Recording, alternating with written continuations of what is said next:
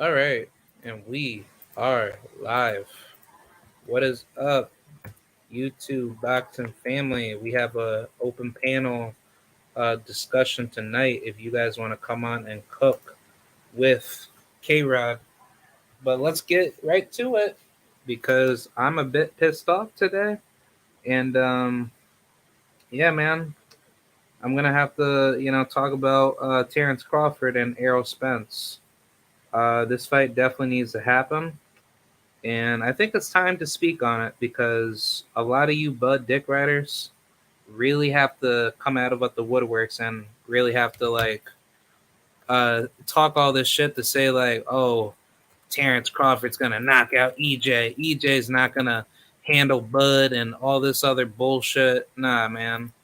So for today's live, I'm going to be talking about this fight and the like how should I say why this fight isn't 50-50 and why I truly believe Errol Spence will beat the living shit out of Terence Crawford. Simply due to a number of reasons, but just to give out what the basics and the more advanced details of how I see this fight playing out. I personally believe that Errol Spence will demolish Crawford, but in this live stream, I will be talking about the intangibles and the fighting styles that both fighters, do possess. So yeah, let's get right to it. So now my biggest issue, for this fight is that this fight has been long overdue, and I would, primarily put the blame on Terence Crawford because he could have easily had this fight made prior to when he was undisputed back in like what 2017 or 2016. I think it was 2017, but Terence Crawford had multiple opportunities to be undisputed. Well, to fight any of the world champions at 147, and no matter what anybody tries to say, that oh well, once you become undisputed, you can't go the route of the WBC or the IBF or the WBA. And for certain cases with the WBO, you can automatically get your title shot. But the thing is that with the WBO, you have to wait until the WBO can approve you, and then if the mandatory is in line, they have to petition their paperwork to be filed in to have the first dibs to become the mandatory. And like obviously, let the WBA will give that mandatory their shot first, and then you get your shot second. So I think at that time frame when Jeff Horn defeated Manny Pacquiao for the WBO belt, that's when Terence Crawford he wanted to go that route to get Jeff Horn, but obviously, like we already know like what the fuck, what the whole details behind that fight was. Bomac, like even said it himself that that he basically took the easy route to have Crawford fight um, yeah, to have Crawford fight Jeff Horn instead of fighting Errol Spence or whoever that was there. But the thing is that people want to, say that the reason why Bud took that fight was because that fight was on Top Rank and that fight was the easiest fight to make. But obviously, that wasn't to be true because Terence Crawford he could have easily gone the gone the IBF route or even the WBC route where he could have fought, the winner of Danny Garcia and Sean Porter for the WBC title, and Crawford could have easily defeated Sean Porter or Danny Garcia at that time frame, and Crawford never wanted to go for that go for that opportunity, and yet you have these Bud Dick riders that will claim to say that Terence Crawford couldn't have made those fights because Top Rank would have screwed him over, and Top Rank, Top Rank doesn't do business with PBC fighters, but that's obviously not true because it's like Terence Crawford, if he wanted those fights, he could have easily petitioned to have, the WBO or whoever that could be working the business outside of Top Rank to either push for those fights to be going to purse bid, in which PBC would have, automatically bought those fights anyway, but to make it easier to explain on a business side, Crawford had the opportunity to make those fights happen. He wanted to be lazy and he wanted to let Top Rank basically just treat, all the PBC talent like shit, in which that's basically how Crawford really put himself in this really weird position of not trying to make these fights happen, and he decided to just go the WBO route and just hold his fucking belt, hostage, for that long, to the point where he wasn't really doing anything to the level of just basically letting Errol Spence get his belt up, over at the PBC. And then when it's time to fight Crawford, leading up to now, that's what Crawford basically did. Like, Crawford basically held up the welterweight division from being unified. But the thing is that if Crawford said years ago, prior to when he was about to move up to 147, that I want to move up to 147 and become undisputed, to become a two division undisputed world champion, in which Crawford, he could have easily done that by going for those fights with the PBC sooner. But the thing was, is that when Crawford was offered to re-sign with Top Rank back in 2018, knowing that Bob Arum basically screwed him over in not getting the Manny Pacquiao fight, and he wasn't able to get the Keith Thurman fight, to which Keith Thurman definitely would have fought Terence Crawford, at that time frame. But but the thing was is just that Terence Crawford was not being hyper vocal for going for the big fights, to which he himself just just didn't want to make the business be made for the PBC, because it's like Crawford has made himself look really really bad, to the point where he doesn't want to do business with opposition that he knows that will pay him well, like the PBC, and he will have like a bigger name if he were to beat those high level names like a Errol Spence or Keith Thurman, and then sooner than later Manny Pacquiao or Ugas or Sean Porter or whoever. So the thing is that Crawford screwed himself out of the opportunity to make himself a bigger star, because people want to say that the reason why he's not a bigger name is because of Bob Arum screwing his career over, to which part of that can have some half truths to it. But the problem with that is that Bob Arum wasn't like the one trying to prevent, all the big fights from happening. To which, if anything, Terence Crawford's handlers, financial handlers, especially through his management, did not want to be smart enough to, to basically set up these big fights. Because if you actually think about it, with like the Manny Pacquiao fight, Bomac got fucking exposed in some Instagram live or some fucking live stream that he got caught saying that he told Terence Crawford to not make the fight Manny Pacquiao because the money didn't come fast enough, which was absolutely bullshit. But the thing was is that Crawford, he did not want to take the fight with Manny Pacquiao because Bomac basically fed him some stupid ass fucking information to say that the money didn't come fast enough, to the point where that the deal wasn't right. But the thing is that you don't get paid until after you fucking fight. So the thing is that either Bomac just didn't want to make the fight, and basically there there had to have been some business scheme behind that Manny Pacquiao fight that Top Rank would have screwed him over in, or to a certain degree, Terence Crawford would have been basically having to stay with Top Rank a lot longer. In which I don't think honestly Top Rank was was ever to be the issue. I think is just that Bomac basically had a deal going on behind closed doors with Top Rank to say that um, he basically could have made the Pacquiao fight, but he didn't want to do it because he had something going on that Crawford didn't know. So therefore, Crawford, he wasn't able to really get his opportunity to fight Pacquiao because Bomac basically screwed him over in the financial negotiations. Because it's like Crawford, he was okay taking a 80-20 split fighting Manny Pacquiao for fucking like what, $10 million, and Pacquiao gets like 40 million, right?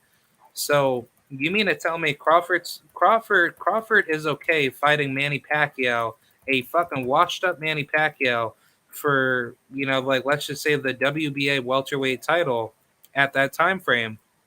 You mean to tell me that's okay for Crawford to take a fucking 80-20 split, but compare that to him versus Errol Spence? He wants to have, like, a 50-50 split or fucking no fight. Honestly, that doesn't make any fucking sense because it's just like, technically by the fucking numbers, Errol Spence does way more numbers than Terence Crawford when it comes to who becomes a bigger fucking draw. So the thing is that Crawford held up this fight a lot longer because he did not want to do the business correctly. So Errol Spence decided to go his own route to say, you know what? Fuck you. I don't give a fuck about what you have to say. I'm going to go get my belts on my side of the street. And then after that, I'm going to walk over to your side if you're still there with Top Rank or not, or if you're going to become a free agent, in which Crawford is now. Look at what's happening. Errol Spence said what he was going to do. When I'm done over here, I'm coming after you. But if you want to come in between my plans of what I want to do, by all means, go for it because Crawford had a belt. See, now people want to say Crawford, like was told by Errol Spence that he needed to go get himself like a belt in order to fight EJ. And the thing is that wasn't fucking true. EJ wanted Crawford regardless of a belt. So the problem was, like, yeah, but the problem, with this, shit. The problem with this situation was that Crawford was wanting to move up to 47, but the thing was is that he could have fought EJ via through the IBF when he became champion after he defeated Kell Brook. So the problem with this is that Crawford decided not to go the IBF route, and hence when Bomac got exposed by BFTV, where fucking Bomac said, "Oh well, like we took like the easy route going through the WBO to fight Jeff Orm because that was like the easiest way, to make. But then again, we could have fought Errol Spence for his IBF strap. Yeah, that's basically where Bomac fucked up because he knew damn well what the fuck was going to happen. Oh, well, like if Terence Crawford, like if he fought Errol Spence for the IBF bill, that means that Crawford he could have easily fucking unified like the division, and therefore Crawford he would have had all them damn belts. Yeah, he would have been beat Porter or Danny Garcia winner, and then after that he would have then beat Keith Thurman or Manny Pacquiao, whoever had that belt, and then guess what? Crawford would have been undisputed because the only fight that would have been left after beating Errol Spence basically would have been either Jeff Horn and Keith Thurman and the winner between Sean Porter and Danny Garcia. So basically, Crawford screwed up the fucking money and he screwed up the multiple opportunities that he had to become undisputed quicker. Like, listen to my words, quicker. He became champion in 2018. So fast forward to now, 4 years later, he could have been undisputed literally before 2021, at least 2021 or 2020. So you mean to tell me Crawford that has been fighting for at least once or twice a year, like to keep it real. He's only been fighting once a year, but the reason why, is that he doesn't want to do the heavy lifting that EJ did. So, to Crawford's benefit, why would you want to put yourself at risk with competition that can potentially beat you, in which you could just let all the dangerous level opposition beat each other out, and then, like when you have your opportunity to basically fight for all the marbles, at least you have a better leverage if you could win. But the thing is that Crawford has never sharpened up his skills to the level of his highest opposition. So when Crawford was trying to make up all these fucking excuses that, oh well, like, Errol Spence, he needs to, listen to my terms and blah blah blah. But but the thing is that, I need 60-40 because I got all these accolades and all this credibility coming up from 140. But at 147, man, I beat me the great Jeff Horn, and Jeff Horn defeated the great Manny Pacquiao, man. Because if man, if he fight a Sabum and I fight a Sabum, then what does it even matter though? Because I'm Terence Bud Crawford. I'm the former undisputed world champion, man. So if I can beat a Jeff Horn just for that WBO strap instead of fighting EJ sooner than later when he wasn't, at the peak of his career, then I would have been undisputed a lot quicker because I could have fought EJ after being undisputed, and then my only fights that would have been left would have been three other world champions that I could have definitely beat at that time frame.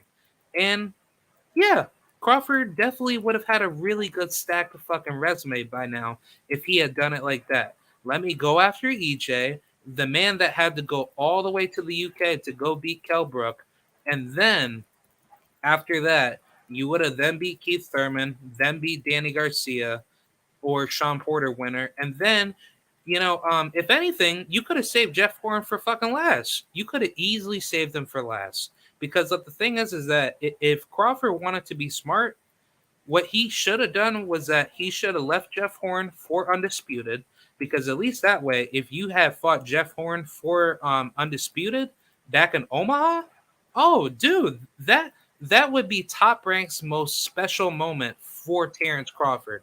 That would definitely just catapult him to being like that mega superstar, and people would just be hyping that shit up like there's no fucking tomorrow. But the thing is that Terence Crawford screwed himself out of so many opportunities to make it a lot easier, and now it's just that Terence Crawford, he's just made himself look, very very bad. And I don't know if it's just something to the point that he just doesn't believe in himself as a fighter to say that he can beat Errol Spence, or I think honestly, he just knows that Errol Spence, can definitely have his number. Because it's like if you had, if you, oh shit, if you had to wait all this long leading up to now to let Errol Spence go through all these terrible fucking setbacks in which he had to go through the accident with the car, and then on top of that, he had to been out for 2 years, prior to him fighting Manny Pacquiao back in, last year, back in June, which basically held him back, and then on top of that, he just didn't have, his complete focus, as a fighter, in which, obviously, Errol Spence definitely proved himself as a big threat to the division, knowing that he destroyed Ugas and broke his orbital eye bone, for the second time. Like basically, Terence Crawford at this point has given Errol Spence so much time to heal up and basically get better in that time frame, in which Errol Spence has now shown that Crawford doesn't want any parts of him. And I think even if Crawford wants to have, the smoke with Errol Spence, the stylistic matchup itself will show itself in the fight alone that Crawford screwed himself in having this fight, because it's like he thinks that, oh well, knowing that Errol Spence had came back from the car accident and all this, eye surgery, knowing that, it wasn't Errol Spence's fault to begin with, but the thing is just that Crawford has given Errol Spence a lot of time to get better, and knowing that he hasn't been able to be as active, but every time he has came back, he looks a lot better. And this version of Errol Spence is probably one of the best versions that you will see leading up to the end of his career. Because the thing is that Errol Spence has basically stated that when he's 100%, Errol Spence is a completely different person. And I say that with a true observation to say that Errol Spence is one of the most deadliest fighters out there. I don't give a fuck what anybody says. Errol Spence is a fearless, most basically infamous type of character where if you could picture a lore in a video game, his lore would fit well in Mortal Kombat. He's like Ermac mixed with smoke, where this man does not care who you are. He comes in and he obliterates everyone that stands in the way. And that's what I like out of EJ, because it's like, one, he is one of the most dedicated fighters that is, the big fundamental, aka Tim Duncan of basketball, because he really is Tim Duncan mixed with Paul Pierce. The only difference is just that he is, a big fundamentally purist type of fighter where he's basically old school, super supreme fashion fighter. That's basically what he is. He is a big fundamentally gifted, um, like a traditional conventional southpaw fighter. And the thing about Errol Spence's skill set is that he is so heavily dedicated in what he does in a fight that he doesn't need to show you anything intangible, because the intangibles show in the fight itself. So now, to break down this fight, is that how do I see this fight playing out? I see Errol Spence brutally knocking out Bud. Why? Because Errol Spence has shown enough separation in his game as a fighter to give you that look to say, oh, wow, you know what? If Terence Crawford were to be that type of guy to go toe to toe with EJ, the way he did against Sean Porter or Ugas, then the problem is that Bud has shown a lot of deficiencies, and he has shown a lot of, how should I say, he's shown a lot of holes in his game where he gets hit enough where if you hit him hard enough to the point where you actually disorient him, he starts getting into these wild looping exchanges where he leaves himself wide open to get hit.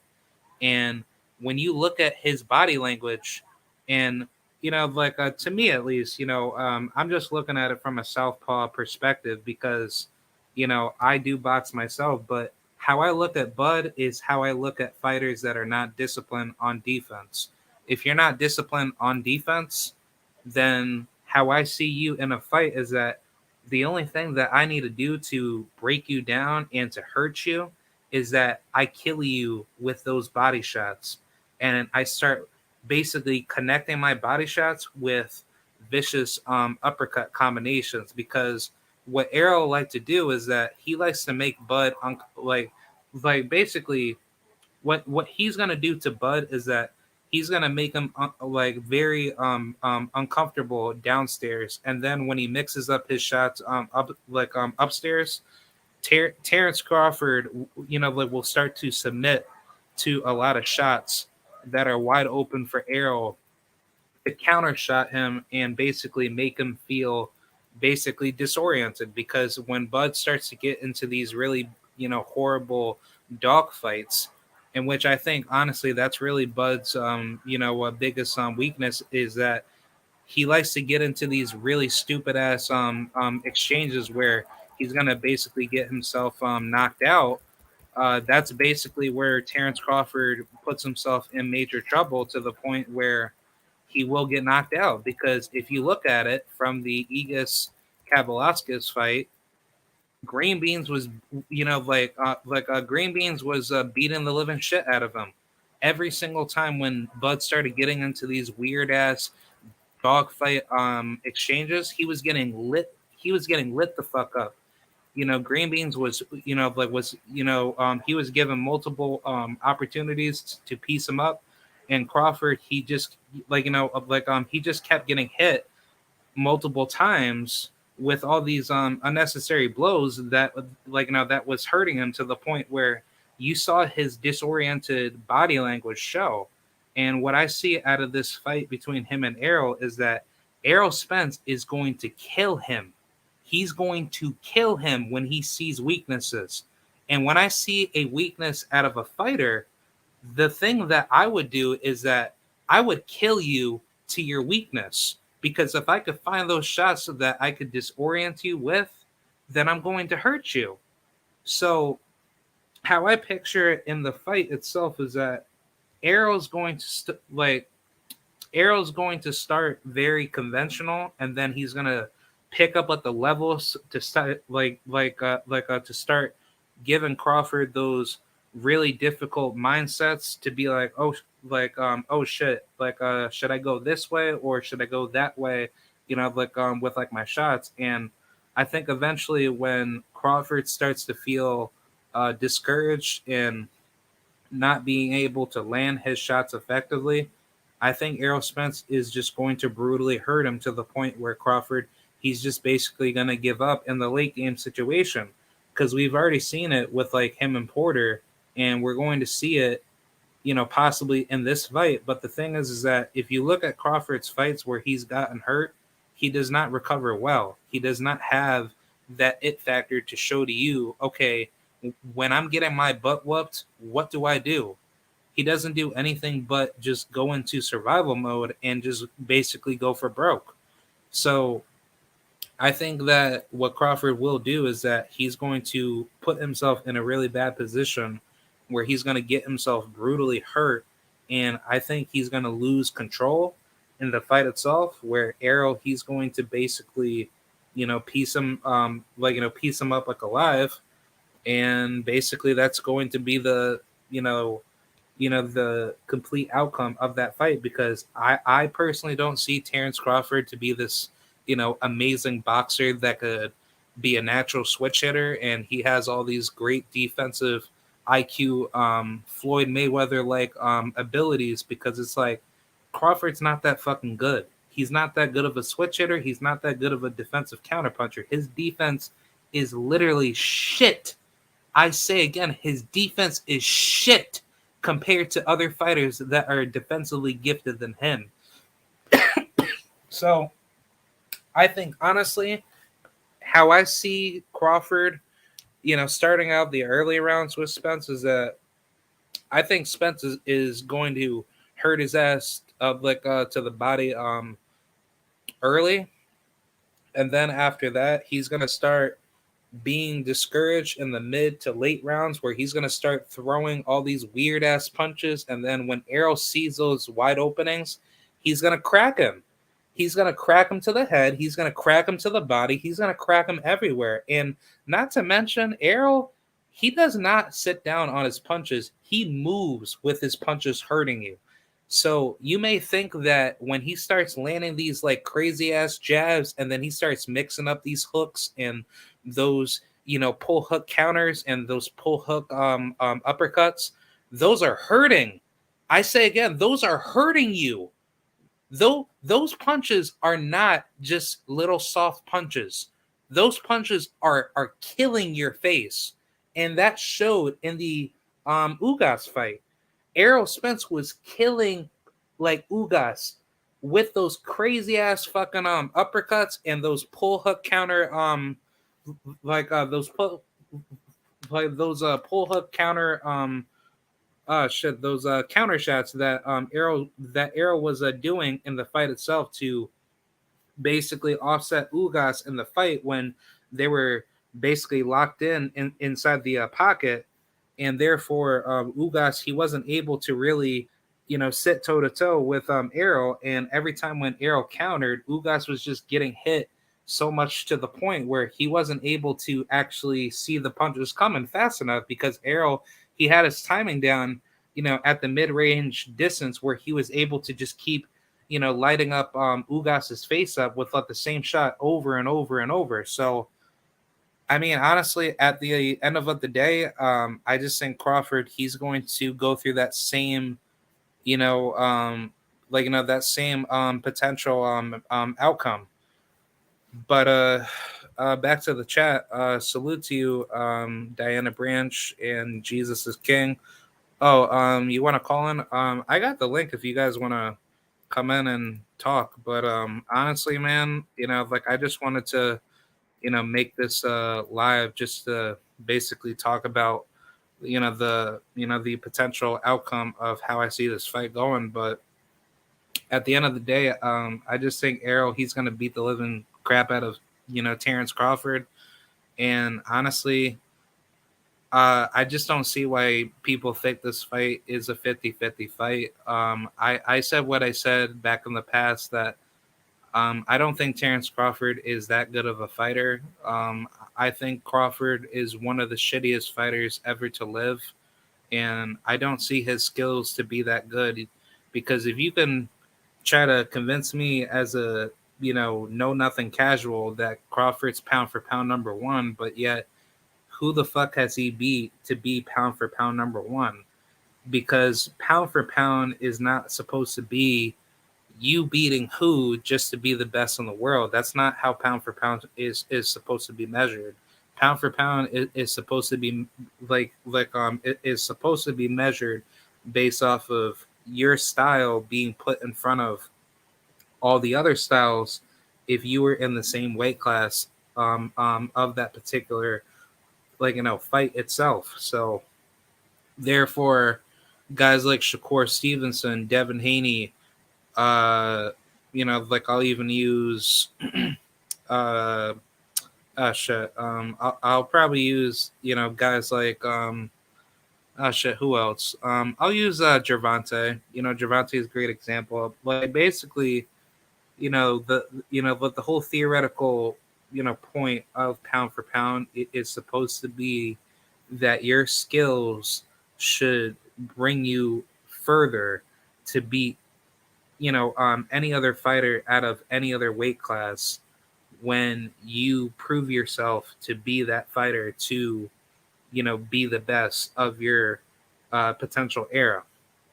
So I just think when you look at Crawford's skills of how he's been matched up against the elite competition, he hasn't really been tested to the highest level because when Crawford was in his prime, he was beating up on dudes that nobody never wanted to, basically see him fight. You can't tell me that he's pound for pound number one fighting a guy like Jose Benavidez, who the fuck wanted to see him fight Jose Benavidez? If anything, he should have fought Danny Garcia. He should have fought Sean Porter then when Sean Porter had a fucking belt after he beat Danny Garcia for the title vacancy, right? Because when Crawford was WBO champion, what did he do after he beat Jeff Horn? He made his first title defense. Hold on. Let me just take a look at it on BoxRec here because that will tell me everything that I need to know, right? Because BoxRec is never lying on me. But after he beat Jeff Horn, I'm looking at it right now. After he beat Jeff Horn, he made his he made his first welterweight title defense against Jose Benavidez Jr. The same Jose Benavidez Jr. that got shot in his right leg or left leg, it doesn't matter, who wasn't in the ring prior to this Crawford fight because he was like literally if I'm not mistaken, yeah, he got shot in the leg after his Frank Rojas fight. So basically, you mean to tell me he fought Bud like what? He fought Bud like basically 4 months later? Wow, shit. Well, I think honestly, at the end of the day, Crawford basically just shows like that he never wanted to fight the big names anyway. Because you mean to tell me a Jose Benavidez Jr. fight is a good name on your resume to say that you're pound for pound number one, and then after that you fight a fucking washed up Amir Khan, the same Amir Khan that got beat by basically Cal Brook, that was basically damaged goods, and got knocked out by Canelo back in 2016, and Lamont Peterson in a split decision, and got knocked out by Danny Garcia, in which Danny Garcia even stated that Top Rank offered Danny less money, the same amount of money of when he fought Rod Salka, if I'm not mistaken, and basically Top Rank paid Amir Khan, or they overpaid him a crap load of money to fight Terence Crawford, and Crawford took less money to fight Amir Khan that same time frame. So basically Danny Garcia was on the table to fight Terence Crawford, and Crawford and his team did not want to make the fight with him. Because why? They wanted to take the easy route. That's why. They don't want. Yeah, Crawford does not want to put himself in a 50-50 position. He wants to be in the position where he knows he can win. So if you're Crawford and you're sitting there and you're being offered a Danny Garcia fight in which you be like, oh wow, you know what? Me and Danny Garcia can basically make some big ass money. Think about it. At the MSG for the WBO welterweight title, that would have been huge. Crawford and Danny Garcia on pay-per-view. You have it at the MSG. Everybody from Philadelphia, all the Puerto Ricans from New York City, everybody from Omaha. Yo, that fight would have sold the F out. I say again, the fight would have sold the F out. And guess what? If Crawford had knocked out Danny Garcia, the first man to knock him out and the first man to just expose him and defeat him, that would have been a huge victory. Best victory ever on his resume if he had done it like that. But no, you wanted to come out of your way and basically fight an Amir Khan that no one asked for. And Amir Khan was not right in the head at that time. And yet you still decided to fight him after you had beat Jose Benavidez that no one asked for. And then you did the same thing with Green Beans, with Kavalauskas, and now Kell Brook, and then Sean Porter. So basically, Bud, he has just been going from, trash opponent to trash opponent to trash opponent, and therefore here we are leading up to now. Bud Crawford has only fought out of the past 5 years. He has only fought 1, 2, 3, 4, 5. Like basically, he's only fought 5 fights within 5 years. That's terrible. That's not good for your, ring activity as a fighter to be that, to be that guy that people push you to be the best in the world. And then on top of that, you had multiple opportunities to put yourself in that position in title unification, in which you could have made things a lot easier to unify the division and actually be that man. Because now here we are, fast forward to 2022, you're fucking 34 years old, dude. You have literally Crawford's prime, Crawford's prime is basically over. He does not have time on his side. For Errol Spence, he has a little bit more time than Crawford, but his prime is way bigger than Crawford's prime. And when people try to say that Crawford, oh, he's gonna beat the crap out of EJ, he got all these, great attributes, blah blah blah. Get the hell out of here, man, because when EJ exposes, the garbage behind these Bud dick riders and letting the world know how trash of a fighter he is. I don't want to hear nothing from the Bud sexuals trying to tell me that Crawford is this great talent that everyone tries to push to say that, oh, he's gonna do this and do that. He got he got these great defensive IQ, collecting data bullshit, trying to say that he's gonna take a couple rounds off, and then once Bud, he gets up inside of that rhythm to try to hurt you and try to take you down to school. It's like that's basically how Crawford comes into his fights. He has zero knowledge knowing how you fight, but then once he's collecting data, trying to act like Floyd Mayweather to be like this great, defensive IQ wizard, the minute he gets hit and gets beat the hell up, he basically goes into survival, going for broke mode to say, oh, well, if you hit me, then I have to come back and come hit you. Okay, do that shit to EJ. Try doing that shit to Jermell Charlo. And I would love to see you do that against Gervonta Davis.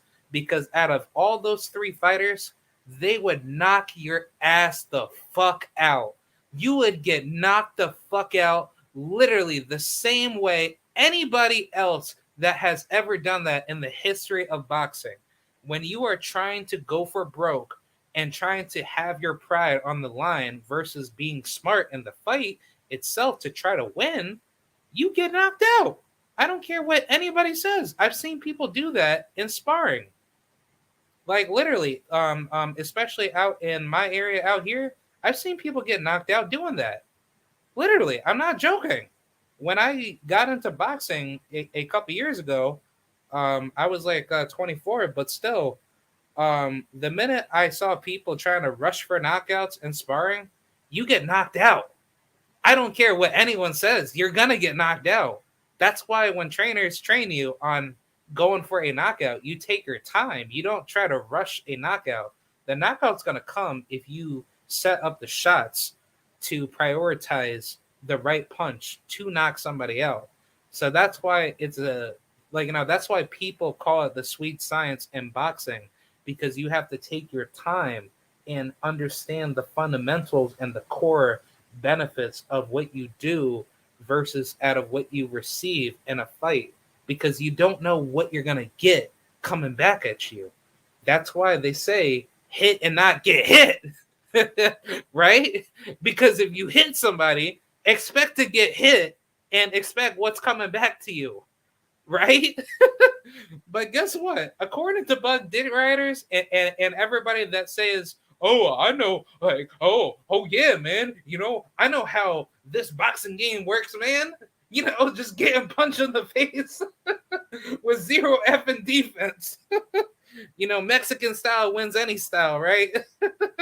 Rock'em sock'em robots every single day, 24/7. But nah, man. But honestly, just to sum this up, if Crawford goes in mentally retarded in this fight, like he did against his lower level competition, Crawford is getting knocked the fuck out. I don't care. I don't care, dude. You guys can call me a complete idiot. You guys can say to me, oh yeah, man, you know what? K-Rod talking all that, talking all that anti-Bud stuff, man. He needs to stop talking about Bud because he hating on Bud. He talking greasy like about Omaha boys, man. He shouldn't be saying that, man. I don't give a fuck. I don't care, because guess what? When it's man down, it's going to be Crawford on the ground getting laid the F out. And guess what? I will be celebrating in unison with all the Errol Spence fans back on the channel.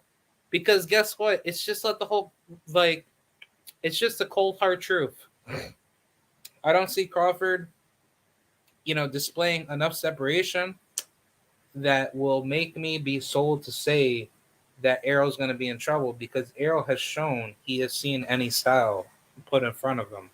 And as the fight goes to the late game, Errol takes over in the late game when he has his rhythm down and when he knows how to see you defensively and killing you to your weaknesses and beating you at your own game. That's what makes Errol Spence a very special fighter, and he has the correct fundamentals to make himself the better fighter to develop enough separation to win his fights.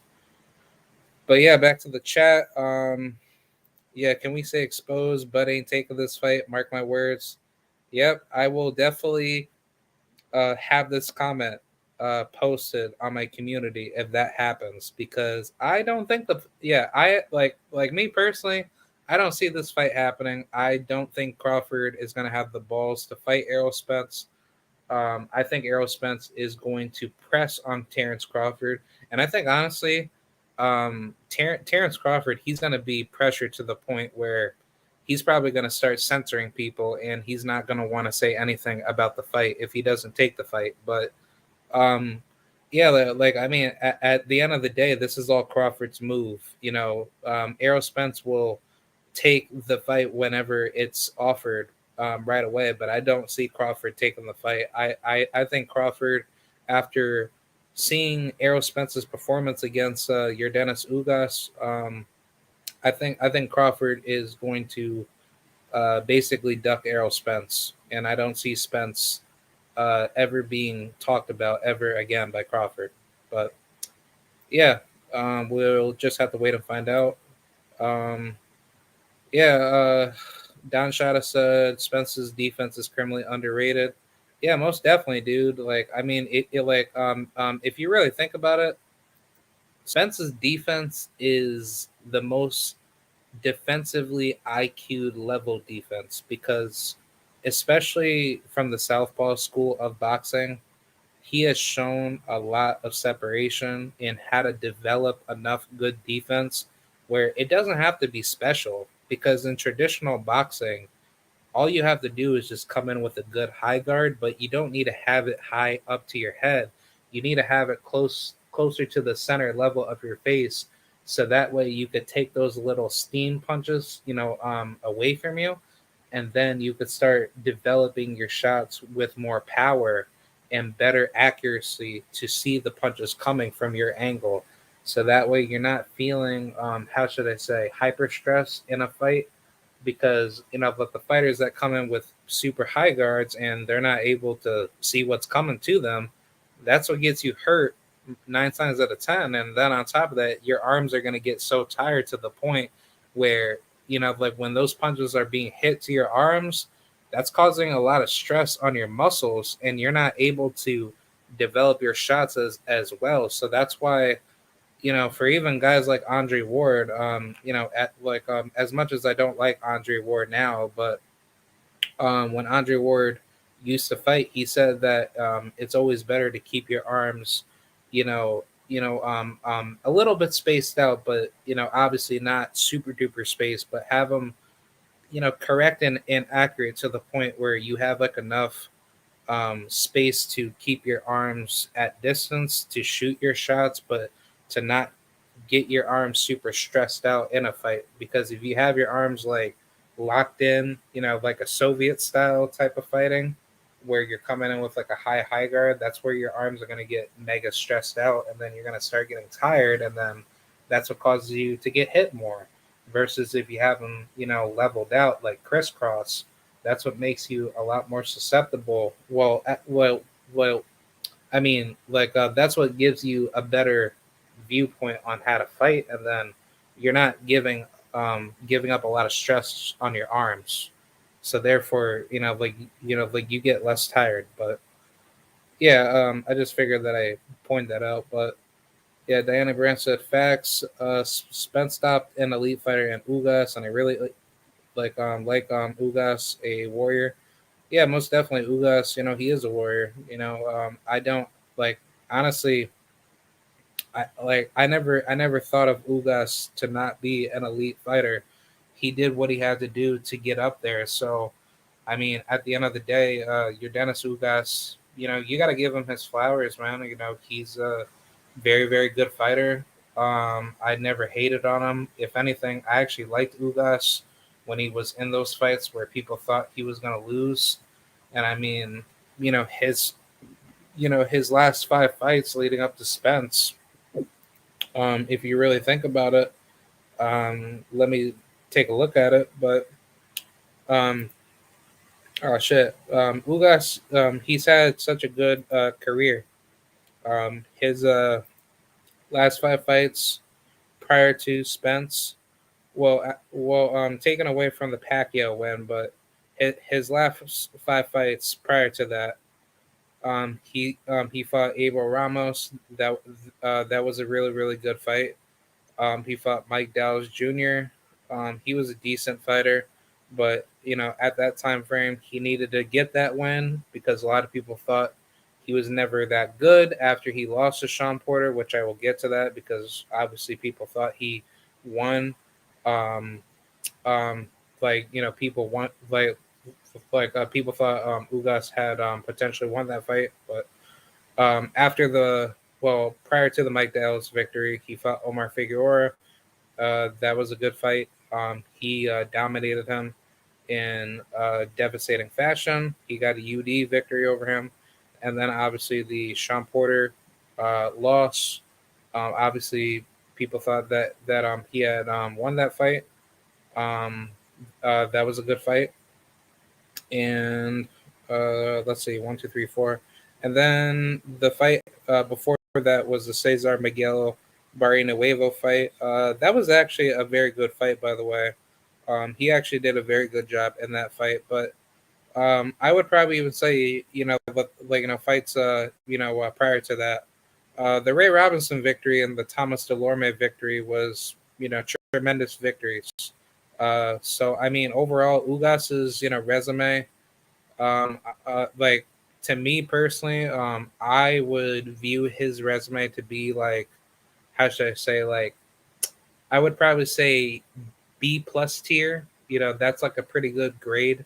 Ugas's fight resume has been really really strong, but not to the point where he has been able to mix it up with everybody. But I think Ugas's progression as a fighter, he's done enough to the sport where he's basically fought almost everybody in the division. So he's a good legacy driven fighter at the end of the day. But I definitely give a lot of credit to Uranus Ugas. He definitely did what he had to do to be at that level. But yeah, let's take a look at the comments. Diana said, I had Porter actually winning until the two knockdowns. Yeah. I thought Sean Porter was actually winning the fight prior to the Bud, uh, knockdowns. But honestly, I think honestly, like if that fight had went all 12 rounds, I think Terence Crawford could have potentially lost that fight by split decision because I had Porter only being up by like one round after those knockdowns. So I think honestly, if Porter had been able to survive to the 12th round, I think Crawford definitely would have been in trouble, as far as of the scorecards. But obviously, top rank shenanigans would have, tried to screw that, that fight up. But yeah, back to other comments. Don Shada said, Bomac really think that they're going to hurt EJ. When the Bud lay out, uh, uh, oh yeah. Like I see, like what you said. When Bud laid out, um, I want to see his face. Yeah, yeah. Yeah, Diana said, I'm cool with Spence going up to 154.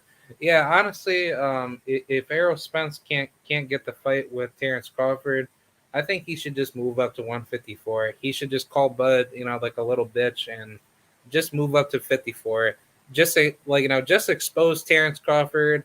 Basically, make all these public messages to say that you're a pussy, you're ducking me, and then just move up to 54 and say farewell to 147, and then get your undisputed by pushing after Jermell Charlo, because obviously what Errol Spence can do is that he could become the mandatory to Charlo, and if Charlo wants to make that fight, in which I don't think Charlo is gonna make that fight, he can make the fight with Errol Spence to the point where they could fight for undisputed down in Dallas, Texas, and all you Dallas boys out there, you guys can be celebrating for Errol Spence's victory if he beats Jermell Charlo, which I very well believe he like he will, but um, that's still a 50-50 fight, in my honest opinion.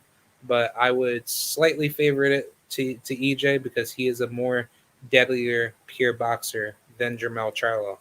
But as far as the power department, that's a little bit iffy. But I think Jermell Charlo, he could very well get hurt and very well get, wobbled or possibly knocked out by Errol Spence if Errol Spence's power becomes a lot more stronger than his power. But that is subject to change if they do fight. Don Shutter said Porter was beating Bud until the knockdowns. Yeah, like I mean, honestly, but the scoring, was like a bit iffy, but just by how I was scoring the fight prior to the knockdown, I had Porter up by like a round, but leading into those knockdowns, that would have factored Porter into potentially losing the rest of the championship rounds. Um, Yeah, she said at dawn, Bomac's face will be priceless. Likely was with Herring, and I like Herring. Yeah, like I mean, honestly, man, like, if Terence Crawford gets knocked out by Errol Spence, in which I have Errol Spence knocking out Bud in like one round because I truly believe Errol Spence's style is just just all wrong for Terence Crawford to the point where Terence Crawford, he's going to do something really stupid, and I think he's going to cause himself to be put in a bad situation where he's going to be hurt with the whole entirety of the fight. And I just think Crawford, he's going to be stupid enough to be swinging for the fences, and then EJ's going to hit him with some hot shit, and I think EJ's going to brutally knock his ass out. Like either way, like if it like if my prediction is correct, then I'll be very very shocked, but I'll be very very happy if that actually happens. But if it actually does go into the late game, I would give EJ no more than 10 rounds to probably stop Bud, because I think Crawford, he's gonna try his best to try to be on his bicycle, but I don't think that's probably going to happen because I think Errol Spence, he's going to murder Crawford to the body. And I think Crawford's just going to be, disoriented very, very fast to the point where I don't see EJ playing around with Terence Crawford. I think Errol Spence is coming in there to kill Crawford, and he's going to show Crawford why, you avoiding Errol Spence all these years have costed him a very, very, huge price. And I think I think Errol Spence is gonna come in there to kill Crawford, because it's like you basically have been playing all these games trying to say that Errol wasn't all this and that, and you giving Errol the amount of time to prepare for Undisputed, that just gives Errol a higher confidence ceiling to come into the fight with a with like a dangerous mindset to go in there and actually decapitate Terence Crawford, because I don't see Errol Spence playing around with Crawford. I think Errol Spence will go into that fight very, very serious. And if he brutally hurts Terence Crawford, he's not going to stop, because people fail to forget, like, Errol Spence has really brutally hurt a lot of his opponents. And prior to Kell Brook, he was laying out guys like Chris Van Heerden, Chris Algieri. He was laying those dudes out. He wasn't just leaving them, hanging on the ropes, and then he gets like a referee stoppage. He was knocking them out. He was taking them out. So when when people say Errol Spence doesn't have power, just look back at those fights and tell me how those opponents have scaled ever since they lost to Errol Spence, because those guys have never fought the same prior to the Errol Spence loss. Like I'm just keeping it I'm just keeping it like a buck. It's just that at the end of the day, it's like when you fight Errol Spence, you could see the deterioration of those fighters go on the decline. But when you look at a Terence Crawford fight and look at the lack of opposition that he's fought, those fighters, end up doing okay because they haven't taken the how should I say they haven't taken like the sheer amount of punishment compared to Errol Spence, where Crawford doesn't need to, hyper exert his skills and abilities enough where he's actually in a really dangerous fight. But for Errol Spence, when he's in these like high level 50-50 matchups, that's where Errol Spence has to exert a lot of a lot out of his body and his physique to actually take people out because he knows he knows that if he doesn't do that, then that's what's going to leave him open to possibly get brutally hurt by somebody that wants to that wants to end his career from potentially expanding. So I just see it as Errol Spence looks at his fights as it's either kill or be killed. But for Crawford, it's like he's come to a point where he's been so comfortable fighting opposition that he knows he can beat, where he doesn't need to sacrifice his skills enough to show to the world that he's in a really, really tough ass fight. But for Errol Spence, he's been matched up with so much opposition where he had to go through so much wear and tear, but that has developed him at a as a fighter to the point where his experience has cradled him to become the ultimate complete package of a pure boxer puncher. Because it's like Errol, he's been grinding to show to the world after going through the car accident and going through the eye surgery, in which if he didn't had gone through that eye injury prior to the Manny Pacquiao fight, he would have destroyed Pacquiao and he would have looked absolutely amazing.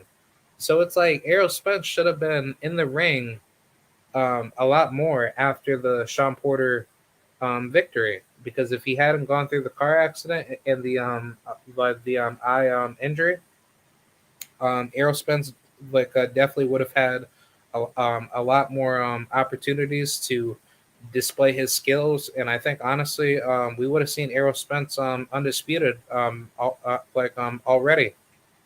I think Errol Spence would have been unified by like what 2020 or 2021. Either way, it's just that Errol Spence, he wasn't able to do the things he was going through because life got to, and sadly, that's what happens, man.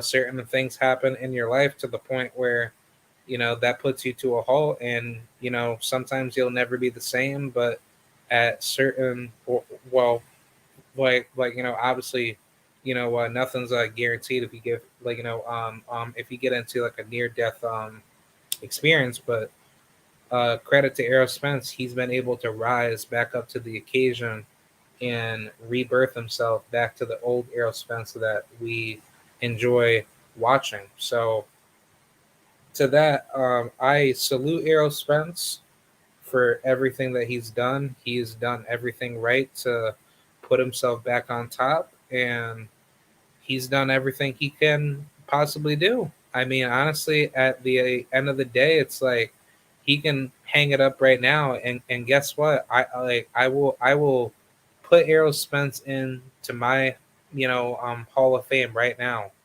because Errol Spence, he has done enough in the sport where his legacy has already been complete. But obviously, he doesn't want to stop there. He wants to beat Terence Crawford's ass, and he wants to become potentially a two-division undisputed world champion.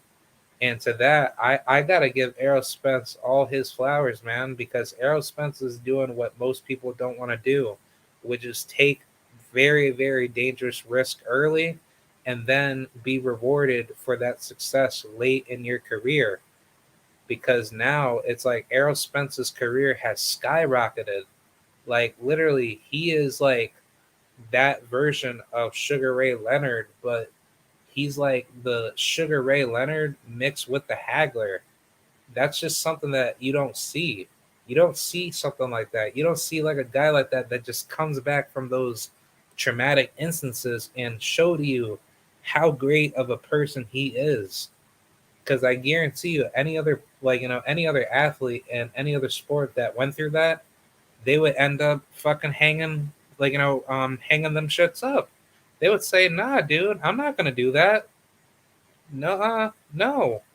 But it's like for Errol Spence, he's like, "Nah, dude, like put me back in there." That's pure heart and dedication, man. But that's also pure love. That's pure pride, and that's pure honor. So that's something that I have to give Errol Spence his roses for. So credit to him, man. That's something that that I always look up to because I can definitely relate to that. Like I had a really bad injury when I used to wrestle back in high school. I had a broken left elbow injury in one of my wrestling matches. This is like back in like what 2013. That was like my senior year. I only did it for 2 years, but I had basically like a centimeter of bone stuck in my left elbow that was held up for 2 years, and that's when I got surgery back in 2015. But still, basically, like if I had left that centimeter of bone stuck inside my left elbow, that definitely would have been infected, and I probably wouldn't have, been the same after that. But after that injury, I was able to get it checked out and get it taken care of. But just going through like the process of like trying to heal my arm and try to go through the notion of having like my strength again, that that was a tough process to go through. But the thing was is that I never gave up on what I wanted to do. And I mean, theoretically, like if I wasn't injured, like I probably would have done something further beyond wrestling. But that's like a different story for for a different day. But the thing is that I looked at Errol Spence as a good motivator to teach to me to be that you can never give up on your passion and you can never give up on your body, because if you're able to get back up and do it, then do it, because that's what Errol Spence showed to me to be like, look, if I can do it, you can do it. So that's something that I have to give Errol Spence his credibility for, because if Errol Spence did the same thing in any other sport, you got to give that man like the ultimatum credit and put him on the Hall of Fame, because that's just something that you don't see out of any athlete out of the regular, and that's like less than 1% of what the world population that would actually have that mindset to do that. So I definitely give EJ a lot of a lot of credit and success, and that's something that I'm definitely gonna talk about for a very very long time. But back to the comments. Don Shada said Spence fought Prime Porter and Brooke. Ugas who beat Manny. Danny after the accident. Undefeated Mikey Garcia. This isn't close in terms of competition. Yeah, honestly, at the end of the day, like Errol Spence is the pure ultimate addition of a compare of a complete fighter. That's what every fighter in the sport of boxing should be doing. That's basically the blueprint of becoming that man to become the money man of boxing. But the problem is that not too many people want to be pretty boy Mayweathers. They want to be they want to be money Mayweathers without doing all the heavy lifting.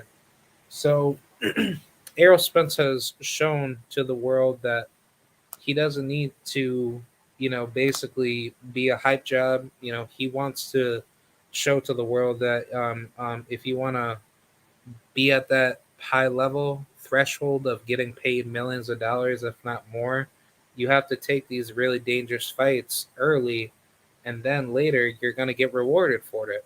So, his resume is the perfect blueprint of being a high level grossing athlete to get paid big money. Obviously, that doesn't convert the same way with women's boxing, in which theoretically it should. But for men's boxing, that's really how Errol Spence shows it to you. And that's something that I definitely have to credit him for because every single fighter that he's fought has had a good resume behind it. So he's basically fought those fighters coming off of big wins or just fighters that have really good resumes and good, credibility in the sport in their division. So that's something that I have to give Errol Spence his flowers for, and that's something that you really have to respect on him because nobody else is going to do what what he did. Getting his first title by going over to the UK to beat up on Kell Brook, and then bring back his title to make his first title defense against a dangerous Lamont Peterson that had the WBA title at the time, and for some weird ass reason, he wasn't able to unify the title because I guess the WBA wanted him to make a title defense, so therefore he got screwed over by not having to make the WBA title unified with him and EJ, in which a lot of people don't really talk about that because people try to say like, oh, Errol Spence, he wouldn't have been able to get the WBA belt, blah blah blah. No, motherfucker. He would have then got the WBA if Lamont Peterson was able to unify the title. Because Lamont Peterson wanted to unify, and then for some weird reason, the WBA stripped Lamont Peterson, if I'm not mistaken, and that's when the WBA belts got constantly switched over from that being Keith Thurman to I think Danny Garcia had once had it. I don't think Danny Garcia had it. Wait, actually, no. Looking back at it, he's only held the WBC. Yeah, he's only held the WBC. Yeah, because I remember he had the WBC welterweight title, and then he beat Robert Guerrero for the vacancy back in 2016, and then after that, he unified with Keith Thurman that following 2017. So um, yeah. Honestly, yeah. Basically, the WBA would have been unified with Errol Spence if Lamont Peterson was able to unify. If the WBA had let that belt be unified, but yeah, that was pretty messed up by the WBA to not do that. But yeah, he fought Lamont Peterson, and then he fought Carlos Ocampo, and then after that, Mikey Garcia, Sean Porter, Danny Ugas, coming from those, extreme long layoffs. That's a tremendous, like, yeah, that's a tremendous fight resume. So, yeah, like, I definitely have to give Errol Spence that huge credit, man. But to wrap things up, man, I think Mr. Big Fish, aka Mr. Big Fundamental, Errol Spence, uh, the Truth Jr., he will demolish Terence Crawford, and I think his style is just all wrong for him at the end of the day. Like, obviously, a lot of Bud Dick riders want to say otherwise. They want to say Errol Spence, he's not that good, and Crawford will just beat the crap out of him. Well, my question to you is that if Errol was that easy of a fighter to beat, why didn't Crawford just go after him early in his career after he had beat Kell Brook? Or, if anything, before he had beat Kell Brook, why not Crawford just go after all the other big fish, like theoretically beat up on Kell Brook, or just wait for the winner between him and EJ, fight EJ, beat his ass, then go after Keith Thurman, beat his ass, beat up on the winner of Danny Garcia and Sean Porter, and then after that have undisputed back in Omaha, Nebraska against Jeff Horn. He could have easily done that. I don't give a fuck about what any Bud Dick Rider has to say. Those are facts. If you guys don't like that, go say that shit on your channel because most of y'all don't have an education, and I could tell most of y'all don't even talk don't even talk straight because you guys pathologically lie to the point where y'all don't make that many like y'all don't make that much sense anyway. So uh, yeah, honestly, at the end of the day, Terence Crawford, he's a hypocritical person, and I just don't like anything that he says at this point because it's like he had all the opportunities to do what he had to do, but he didn't want to do it, man. And I think honestly, when this fight happens for undisputed, Errol Spence he's coming in there to beat the living shit out of Terence Crawford. So for me personally, I'm predicting first round KO. I think EJ style will demolish Terence Crawford, and I think Crawford he will get stopped very very early. But if it doesn't happen in round one, I will very well see it at least in 10 rounds. But if it's gonna happen sooner, I probably give it 5 or 6. But yeah, man, that's pretty much it. Fuck all these bud sexuals, man. But I just wanted to get this off my chest because I got off of Knockout Boxing's panel and I was listening to a bunch of bud sexual dick rider logic being spewed in front of me. So I was like, nah, bro. Like the minute that I saw pussy ass, Sir Senior and who's that other dude, World Combat League, that Scotty dude, I was like, nah, bro. I can't be fucking with people that have shit mindsets that can't that can't study the sport well. But the thing is that I don't like people that have shit mindsets at all, and they don't study the sport enough to be honest with themselves. But that's pretty much it, man. Salute to the mighty LDBC, and I'm out, man. And salute to Diana. She said, "Well, gentlemen, salute K Rod. Excellent and very accurate analysis. Down Omega and all salute family. Be blessed." Yeah, most definitely to you. I appreciate you for coming on, and salute to you, Don Shada 24, and salute to you, Mister Omega Red. I had saw you up here. Yep, you said that here not too long ago, but thank you guys for coming through, man. I just wanted to just get this shit off my chest because it's been pissing me off lately. So, uh, yeah, that's pretty much what I wanted to say. Oh, and also shout out to my Chicago Bulls, man. Shout out to the fucking Bulls. We won game two. Yeah, I fucking said it. The Bulls are gonna win game two, and guess what? It's gonna be Bulls in seven, Bulls in seven, or Bulls in six, at least six. But shout out to the Chicago Bulls. You guys did an amazing job. DeMar DeRozan just scored 41 points. Wow, that's a good way to go to come back to Chicago. But uh, yeah, credit to the Bulls, man. I definitely got to do a video on that to give you guys that Bulls content because I've been so lazy not talking about the NBA. Because honestly, man, look, the NBA has been really, how should I say, disappointing lately. But yeah, definitely playoff time. Like I definitely got to talk about that. So I'll see you guys later. Peace out. Salute to the mighty LDBC. Appreciate you guys, and I'll see you guys later. Bye.